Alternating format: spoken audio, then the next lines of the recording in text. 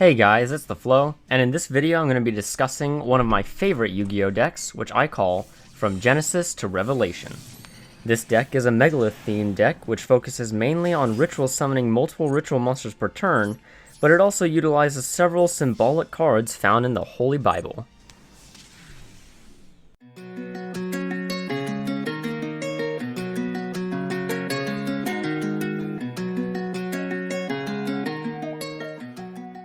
So since the Megalith monsters are the backbone of this deck, we're going to go into some of the lore of the creatures, and then after that we'll go into some of their abilities. The mystery of the Megalith.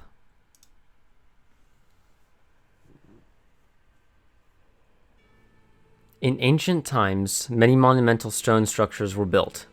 Stone circles and pyramids are some examples of this.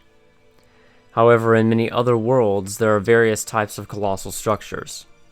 Let's take a look at one of these. The grand stone structure is known as the megalith. The megalith Ophiel is a white statue that resembles an angel. Her wavy hair hangs down to her shoulders, and her eyes are closed in a gentle expression. What catches the eye most of all are the wings on her back, like those of an angel. Her radiant holiness inspires reverence and modesty in all who behold her. On the other hand is the Black Devil, Megalith Haggith, a statue of a haggard devil crouching with contorted limbs. Its face hides behind a mask. The only clue at its expression is its slightly exposed mouth. The thorns that are driven into the side of its body inspire dread in the beholder. The sculpture of two children, the white and black Megalith Auk. They appear a lovely pair of twins. By the shape of their wings, the white sculpture appears to be an angel, while the black sculpture appears to be a demon. It is also notable that they wear contrasting facial expressions. The pedestals of the megalith are comprised of an unknown material, not of natural stone.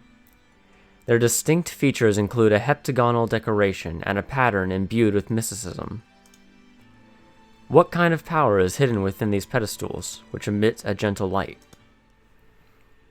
The pedestals of the megalith may act as a door to another world or a stake connecting another creature. Appearing from the pedestal of Megalith Ophiel, Megalith Phaleg boasts two pairs of wings. A far cry from the gentle Ophiel, this ferocious angel is adorned with a helmet and shield, wielding a spear. Appearing from the pedestal of Megalith Haggith, the great devil Megalith Bathor has four wings. It is a devil of formidable build with glaring golden horns. From the pedestal of Megalith Auk blazes the many-headed dragon Megalith Eretron. Its momentum threatens to flatten the earth and to swallow all. It can be said all these comprise but one form of the power born from the megalith. But that is not all.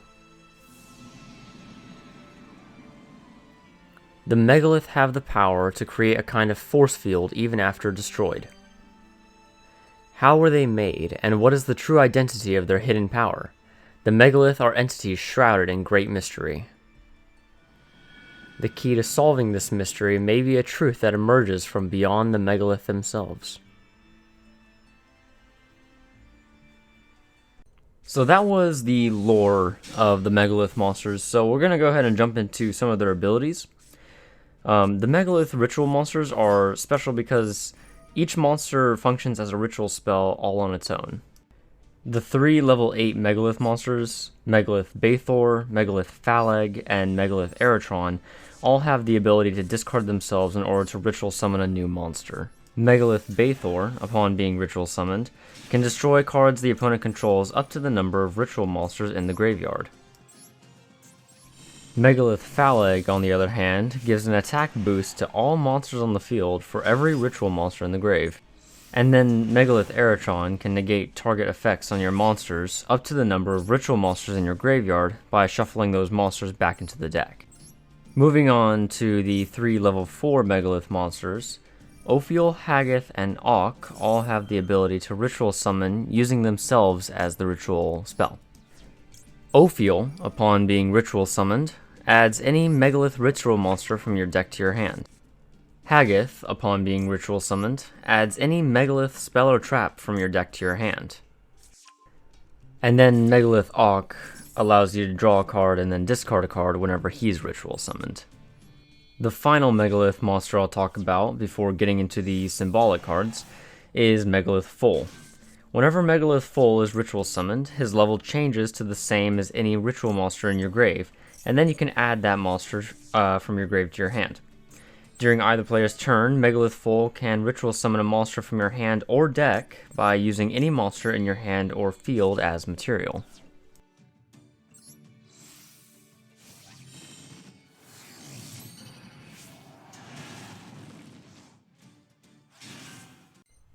Alright, so we've gotten the lore and the abilities of the Megalith monsters out of the way. So let's go ahead and talk about the biblically symbolic cards. Starting with Demise, the King of Armageddon. Demise, the King of Armageddon is symbolic for Revelation 16:16, where it says, "And they," meaning the dragon, the false prophet, and the demonic beings, "assembled them at the place that in Hebrew is called Armageddon." This is supposed to be a giant world battle between Jesus and Satan's army. And similar in the way that Demise, the King of Armageddon works, Jesus will be able to speak and clear away all of his enemies off the playing field. Next up we have Light and Darkness Dragon and Change of Heart, which are two cards that symbolize the constant battle for our souls, which is found in Ephesians 6:12. "For we do not wrestle against flesh and blood, but against the rulers, the authorities, against the cosmic powers over the present darkness, against the spiritual forces of evil in the heavenly places." One of the nostalgic cards that I used to use is Behemoth, the King of all animals. Now in the Bible, Job chapter 40, Behemoth is described as a very large herbivore type creature with legs that have bones of iron and a tail that swings like a cedar. But in the game of Yu-Gi-Oh!, Behemoth is a giant beast creature that looks somewhat like a lion, but like a mix of a lion and something else, not really sure. Now, the spell card Swords of Revealing Light and the trap card Wall of Revealing Light are symbolic of the passage in Luke 12, verse 2, which says, "Nothing is covered up that will not be revealed, or hidden that will not be known." And, I mean, this is symbolizing, obviously, how when you activate Swords of Revealing Light, any face-down monsters are immediately flipped face-up, and then Wall of Revealing Light just keeps you from attacking. But, I mean, hey, it's the same idea. An old favorite of mine is the trap card Tower of Babel, which symbolizes the pride of people before a fall, believing that they're powerful until they are proven weak. The actual trap Tower of Babel allows the players to activate up to 4 spells, and then the person who activated the 4th spell takes 3,000 damage. So, I mean, I used it in an End on My Island deck a long time ago. But in Genesis chapter 11, verse 1 through 9, the people who built the Tower of Babel were trying to reach God of their own accord, and God stopped them by, well, screwing up their languages and scattering them across the earth because they couldn't understand one another. Next up, we have the trap card The Selection, which is a trap depicting a picture of a mainstream Noah's Ark with tiny little animals going into it in pairs. Now, in Genesis 6, verses 9 to 22, it talks all about Noah putting together the ark in 100 years and gathering 2 of every kind of animal and then 7 of every clean animal as well. Thereby saving all the animals from extinction and then saving the righteous people in the world from death as well. And the next card that we're going to use is Solemn Judgment. For something to be solemn, it has to be, like, unwilling, pretty much. So I always thought the Solemn Judgment kind of just symbolized that God, as a perfect being, just doesn't want to judge us, but has to, because you can't be imperfect to stand in the way of something that's perfect. Solemn Judgment it also just has one of the coolest animations in the game anyways, so it's just cool.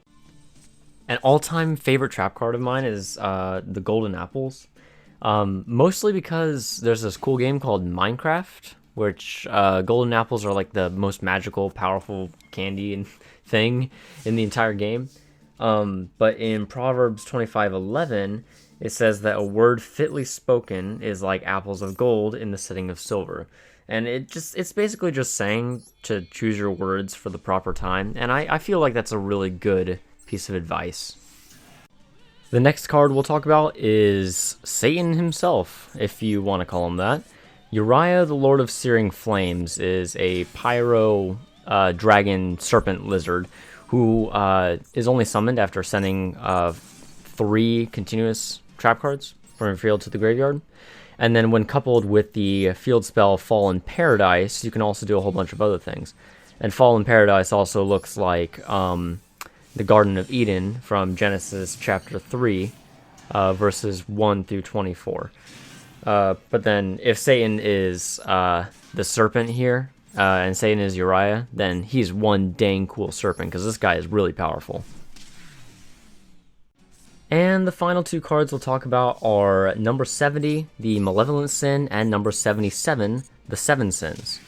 Now these 2 cards are clearly symbolic of Proverbs 6:16 to 19, which talks all about the 7 deadly sins. But the cool thing about Malevolent Sin is that it can actually transform into number 77, the 7 sins. So it's kind of like the more you sin, the more of the sins you will actually commit. Not only that, the beast number is 666, but if you read the Hebrew manuscripts, it can also be seen as 616, and I always thought it was interesting that Proverbs 6:16 talked about the 7 deadly sins, which is the beast number. And so yeah, thank you very much for watching, and if you like this video, consider commenting, because it's always nice to see what people think about the work you're putting out. Till next time, guys. See ya.